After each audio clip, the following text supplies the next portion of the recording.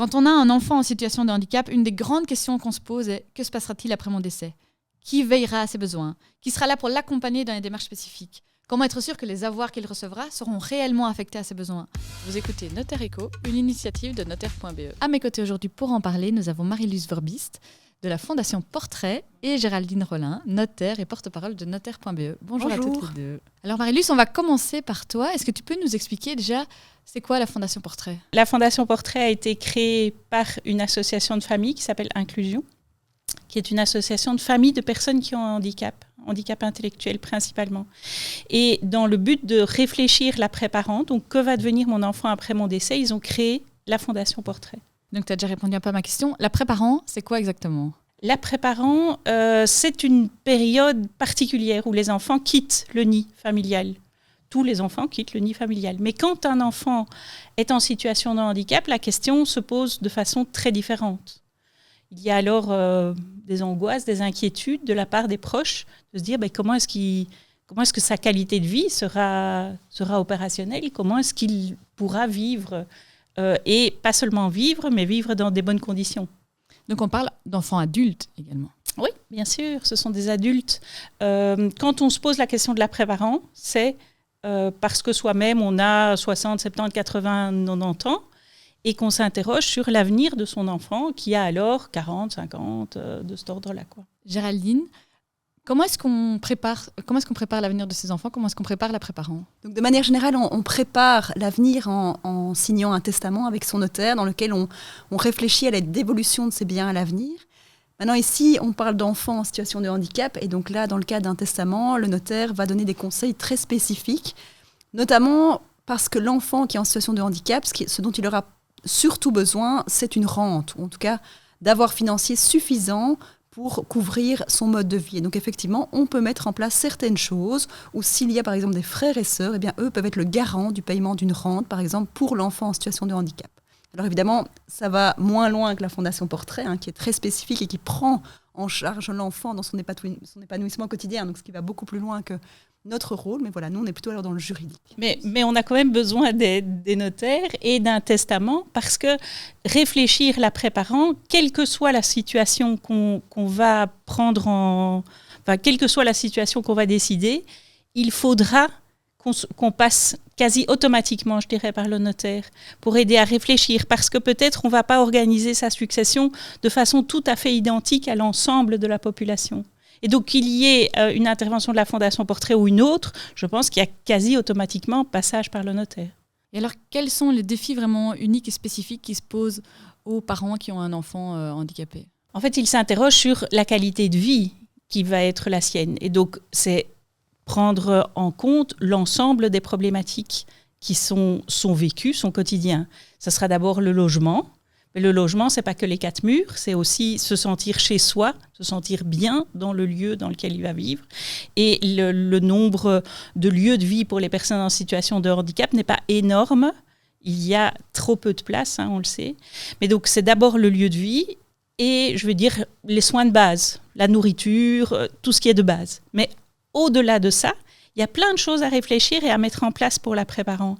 C'est le réseau de la personne. C'est ses soins, ses activités, ses loisirs, ses vacances, tout ce qui va faire sa qualité de vie. Quel conseil est-ce que tu donnerais aux parents qui veulent planifier l'avenir de leurs enfants ?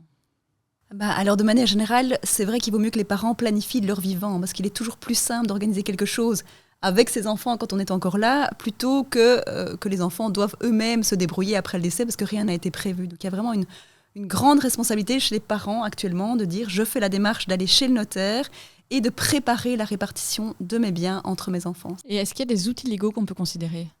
Oui, bien sûr, il y a beaucoup d'outils légaux, que ce soit le contrat de mariage qui est un outil pour se protéger entre époux par exemple, ou que ce soit les donations ou un testament pour transmettre ses biens de la meilleure manière vers ses enfants.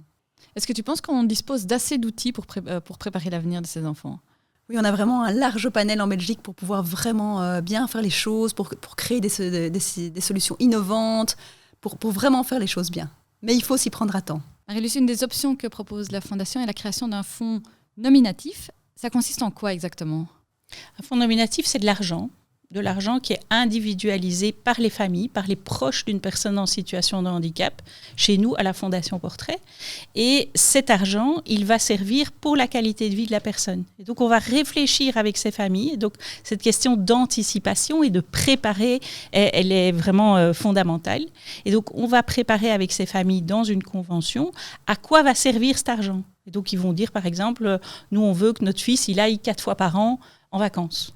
On veut que vous puissiez aller voir sa chambre, par exemple. Vérifier que dans sa chambre, que sa chambre est en bon état, que les rideaux sont toujours propres, que le matelas correspond, qu'il y a les aides nécessaires dans la chambre. Donc ça, c'est logement, soins de base. Et soins de bien-être, parce qu'en fait, il n'y a pas que le médecin traitant ou les médecins spécialistes, c'est aussi peut-être le massage, l'hypothérapie, tout ce qui est soins de bien-être particuliers et qui vont faire que la personne, elle sera bien. C'est de réfléchir avec les familles, voilà, ce qui est important pour la personne. Et donc, ça va être hyper individualisé. On va réfléchir ça avec les familles et puis on va mettre ça en place à partir du moment où ils décident. Donc, il y a des familles qui disent, mais en fait, nous, on veut déjà préparer l'après-parent maintenant parce que c'est déjà aussi être sûr que ce qu'on va mettre en place correspond et éventuellement réorganiser et remettre sur les rails de ce qu'ils souhaitent. Et puis, on va organiser un petit comité. Donc, chaque fonds nominatif est accompagné d'un comité spécifique qui inclut, bien sûr, le bénéficiaire, mais des personnes de son entourage et un membre de la Fondation Portrait. Et puis, on va utiliser l'argent comme ça pendant toute la vie de la personne pour ce qui est important pour lui à titre personnel et, si c'est le souhait des familles, aussi de soutenir le lieu de vie dans lequel il est. Donc, par exemple, de dire, on va faire un atelier de musicothérapie pour le bénéficiaire parce qu'il adore la musicothérapie, mais peut-être pour l'ensemble des résidents de son institution. Géraldine, en tant que notaire, si je ne connais pas la Fondation Portrait, est-ce que je peux aussi faire un fonds nominatif chez mon notaire ? Alors, ce ne sera pas un fonds nominatif chez le notaire, mais effectivement, donc, il y a la Fondation Portrait dont on parle aujourd'hui, mais il y a d'autres fondations qui peuvent être utilisées pour y créer effectivement un fonds nominatif. Et ça permet par exemple à des personnes qui n'ont pas de famille proche de pouvoir transmettre leurs biens via ce qu'on appelle souvent un legs en duo à une fondation qu'ils choisissent. Et la fondation va garder une partie du patrimoine hérité et retransmettre l'autre partie à des proches du testateur ou de la testatrice. Donc effectivement, on utilise souvent cette technique. Et donc c'est quoi la différence entre le legs en duo et le fonds nominatif ? Qu'est-ce qui est particulier ? En fait, le legs en duo, c'est la technique juridique qu'on utilise via un testament qu'on recommande notarier. Et donc, ça veut dire que dans ce testament, la personne lègue tous ses biens à la fondation de son choix, à charge pour cette fondation de retransmettre plus ou moins 50% des biens vers ses proches, qui sont généralement des parents en ligne indirecte, donc des neveux et nièces, des filleuls ou même des personnes qui n'ont pas de lien de parenté, parce que ça a également un avantage fiscal. Ça permet que ces personnes reçoivent des biens avec une meilleure fiscalité que si elles recevaient en direct ces biens. Et alors le fonds nominatif, c'est généralement une convention que celui qui fait le testament a déjà avec la fondation de son choix et qui détermine le but auquel l'argent que la fondation va recueillir à la fin va servir. Donc ça peut être faire des projets dans le domaine artistique, dans le domaine culturel, dans la recherche médicale, ça dépend un peu de la fondation elle-même, de ce qu'elle peut offrir aux clients. Pour toute succession, il faut toujours préparer. Quand on a un enfant fragilisé, il faut préparer. Même si on n'a pas 3 immeubles et 5 châteaux en Espagne, il faut, dès qu'on a un compte, dès qu'on a un montant qui n'est pas nécessairement extrêmement important, il faut réfléchir sa succession. Donc, s'il y a un conseil que je peux donner, c'est vraiment préparer, anticiper, préparer avec son notaire pour la question du testament, mais c'est préparer aussi, la préparance, c'est une transmission de relais. Ça ne se transmet pas en un jour ou en une minute. Il faut préparer ça, anticiper, réfléchir. Qu'est-ce qui sera important pour mon enfant ou mon filleul ou mon neveu et transmettre toutes les informations que j'ai, tout ce qui est important pour lui. Parce que si je veux que quelqu'un prenne le relais un jour, il faut que je lui ai transmis, il faut qu'il ait les éléments pour faire ce qui sera positif. Et si j'ai un enfant, moi, qui est dans une situation de handicap, mais que je n'ai pas beaucoup de revenus ou que je n'ai pas un patrimoine, est-ce que je peux quand même me tourner vers vous ? Donc, à la Fondation Portrait, ce qu'on organise, ce sont des fonds nominatifs. Et donc, c'est des avoirs financiers qui sont mis pour utiliser pour la qualité de vie de votre proche. Il ne faut pas nécessairement des montants extrêmement importants, mais quand on parle de fonds nominatifs, c'est quand même un fonds. Donc, il faut qu'il y ait quand même quelques milliers d'euros, parce que si on réfléchit sur toute la vie de la personne, on ne va pas réfléchir pour 200 euros. Ça sera une mise en place qui ne sera pas gérable. Mais il ne faut pas nécessairement 100 000 ou 500 000 ou 5 millions d'euros. Donc, mais ce que je voudrais dire, c'est que vraiment, c'est important de réfléchir qu'il y ait ou qu'il n'y ait pas de patrimoine. Un des éléments qui sera important de réfléchir avec le notaire, c'est la question du patrimoine immobilier. Donc, si une personne en situation de handicap, bénéficiant d'une allocation un peu particulière qui s'appelle l'allocation de remplacement de revenus, cette personne ne doit pas être propriétaire d'immeuble. Sinon, ça aura un impact sur son allocation. Donc, il faut, dans la mesure du possible, éviter que la personne qui bénéficie de ces allocations reçoive des immeubles. Et donc, dans la planification patrimoniale avec votre notaire, eh bien, ce sera un des éléments à tenir compte. Le notaire va réfléchir aussi comment on va répartir la succession. Peut-être on ne va pas donner le même pourcentage à chacun des enfants, par exemple. Il peut proposer de donner plus à l'un, que ce soit celui avec les fragilités ou un autre, ou moins à un autre. Mais donc de réfléchir le patrimoine, de donner un immeuble à l'un, du cash à l'autre, tu parlais des rentes tout à l'heure, de réfléchir la façon d'organiser la succession pour que chacun ait ce dont il a besoin et que l'organisation générale tienne compte de ses fragilités. Quel est ton point de vue de notaire par rapport à cette question de transmission ? Alors par rapport à ça, effectivement, c'est vraiment tout le travail qu'on fait généralement dans le cadre du testament. C'est partir des besoins de l'enfant fragilisé, d'évaluer de combien il aura besoin pour l'après-parent, pour vivre tranquillement. Et sur cette base, le plus souvent, effectivement, on transmet les immeubles aux autres frères et sœurs, que ce soit du vivant, par donation ou dans le testament. Et on met en place une rente qui va permettre à l'enfant fragilisé d'avoir de quoi subvenir à ses besoins à l'avenir. Et donc ça passe vraiment par un testament qui est mis en place. Et généralement, les autres frères et sœurs sont souvent au courant, d'ailleurs, quand il y en a, et sont favorables à la démarche en se disant, voilà, il y a souvent beaucoup de solidarité quand il y a un enfant fragile dans une famille. Et donc ça se passe vraiment très bien de pouvoir discuter de ce sujet avec tout le monde.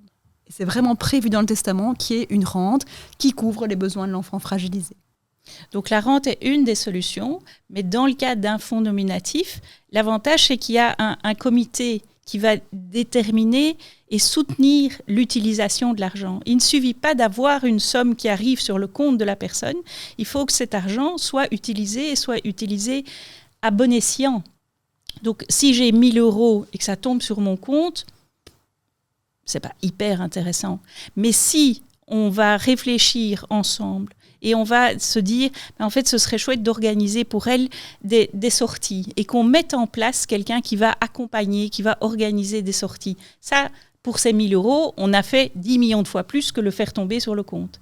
Et donc, c'est l'intérêt d'un fonds nominatif par rapport à une simple rente. Une rente est très utile si la personne sait utiliser elle-même cette rente ou s'il y a autour d'elle des personnes qui peuvent l'aider ou un administrateur qui pourra veiller à organiser ça. Si autour d'elle, il y a besoin d'un soutien et une organisation, un fonds nominatif peut être un vrai plus. Et comment est-ce que vous entrez en contact alors avec ces personnes isolées ? Qu'est-ce que vous mettez en place pour les aider ? En fait, c'est eux qui rentrent en contact avec nous. Donc, nous, on ne fait pas réellement de démarchage. C'est un tout petit secteur, le secteur du handicap. Et les personnes viennent à nous, soit via leur notaire, parce qu'effectivement, il n'y a pas tellement de fondations qui sont spécialisées sur le handicap, ou via leur banquier, ou des amis, ou d'autres associations qu'ils rencontrent et qui leur disent, voilà, moi, mon expérience, c'est avec mon enfant, j'ai pu réfléchir, mettre ça en place pour la préparation. Et puis voilà, on réfléchit avec les familles si ça répond ou non à leurs demandes et à leurs besoins. Géraldine, le mot de la fin ? Faire son testament avec son notaire, avoir des conseils avisés, et c'est vraiment important. Le faire de son vivant. Et voilà, c'est la fin de cet épisode. Merci à nos invités, merci à vous d'avoir écouté. Abonnez-vous, partagez et dites-nous ce que vous en avez pensé.